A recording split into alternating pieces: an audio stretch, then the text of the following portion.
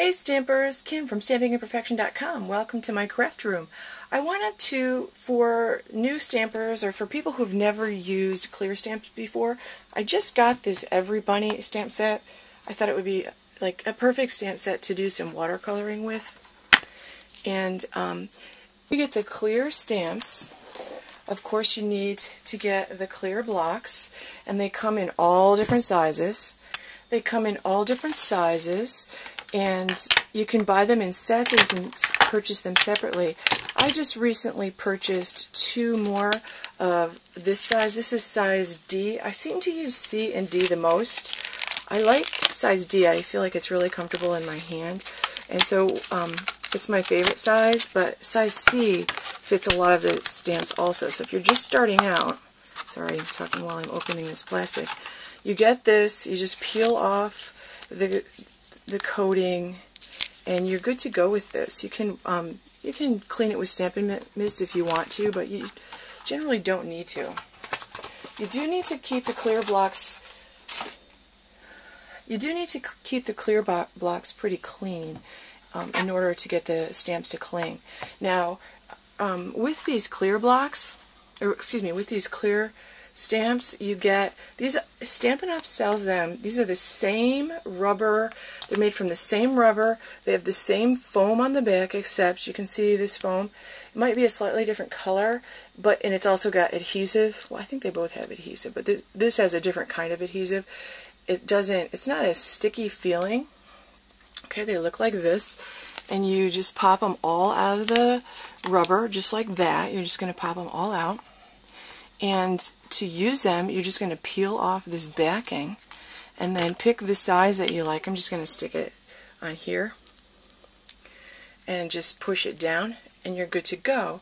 That works perfectly. And then when you're done, clean it with your Stampin' Mist and your Stampin' Scrub, and then you can just peel it off and store it in your case. Now, it also comes with the stickers that you see. Now, one of the little tips that I have is on the front here and the stickers, images are the exact size of the stamp. So if you're trying to decide what block you'll need, you can just take your block and decide which one will work the best, just like that. Now, a lot of people like to take this top part just peels off like this. Oops, I'm not peeling the top part. Can't see it. Okay, it just peels apart like this. It's got two pieces of paper on top. You just peel that off. And I would also peel off the second one and then put the stamp in place, and you can get this on the back here. I don't care to do that because I have a lot of trouble with these sticking to the clear blocks when I do that. So what I like to do is I like to remove these all together,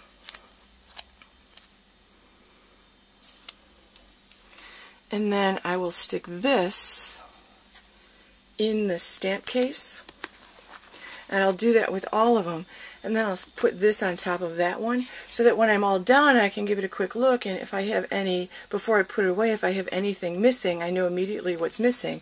And also you have the image on the back as well, and again you could use your clear block there to see what's missing or what's not. I also love that on the side of this, because you can see the way that I store my stamps. I store them standing up in a vertical space, so I can see the name and I can see all the images that has inside there on the side, so I can really feel like I can store a lot of stamp sets using that. So that's one nice thing. Now, as far as the clear blocks go, Stampin' Up! Does sell, you'll notice that my older ones have these grid marks on them. They do sell a sheet of these grid papers, or just sticky papers. You just put them on. You want to get them as straight as you can. Line them up with some kind of grid like that when you're doing it. And then you can just clean these blocks. You need to keep these blocks clean in order for the stamps to stick, especially if you choose to put the images on the back.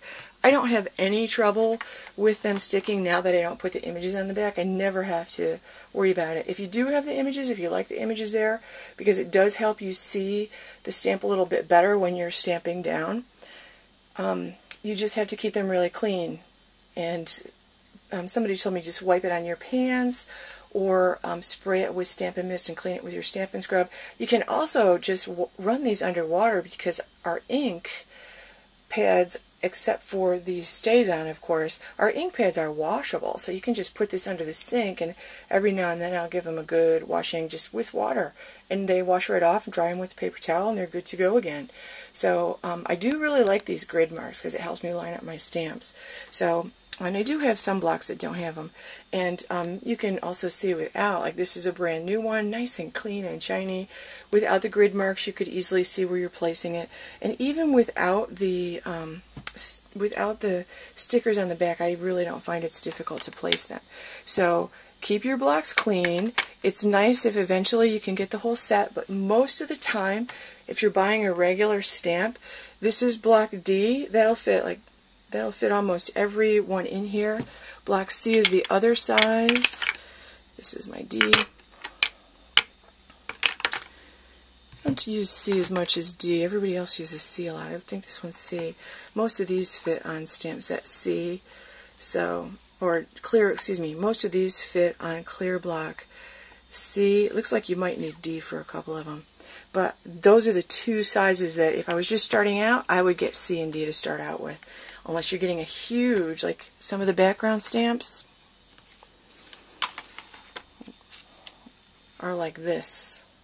A lot of people like to get their background stamps in the wood mount stamps. So have a great time stamping. I hope you're enjoying your new hobby of stamping. And again, I love the clear mount stamps. I find them super easy to store. I can store a lot more stamps in a very small space and keep them all within reach. Very easy to see on my desk. Thanks for watching. Stop by stampingandperfection.com. Sign up for the mailing list if you haven't already. And thanks for watching.